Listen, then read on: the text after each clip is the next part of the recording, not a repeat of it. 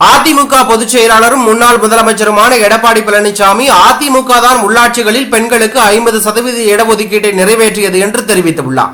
இது தொடர்பாக எடப்பாடி பழனிசாமி தனது எக்ஸ் தள பக்கத்தில் பதிவு வெளியிட்டிருப்பதில், தமிழ்நாட்டில் உள்ளாட்சி அமைப்புகளில் பெண்களுக்கான இடஒதுக்கீட்டை 50% உயர்த்தும் சட்டத்தை 20/2/2016 அன்று நிறைவேற்றியது மாண்புமிகு அம்மா அவர்களின் அரசு. சட்டமன்றத்தில் நிறைவேற்றப்பட்டு அரசிதழில் வெளியிடப்பட்ட ஒரு சட்டத்தில் கூட வாய் கூசாமல் பச்சை பொய்யை திமுக சொல்கிறது என்றால் இந்த கொத்தடிமைகள் கோயபால்ஸை மிஞ்சிவிட்டார்கள். பொய்யாலும் போலி விளம்பரத்தாலும் மட்டுமே நடக்கும் இந்த ஸ்டாலின் மாடல் ஆட்சிக்கு இந்த பச்சை பொய்யும் சாட்சி. நாசமாய் போன 4 ஆண்டு முடியட்டும் இதோடு என்று அவர் குறிப்பிட்டுள்ளார். இது தற்போது அரசியல் வட்டாரத்தில் பெரும் பரபரப்பையும் அதிர்ச்சியும் ஏற்படுத்தி உள்ளது.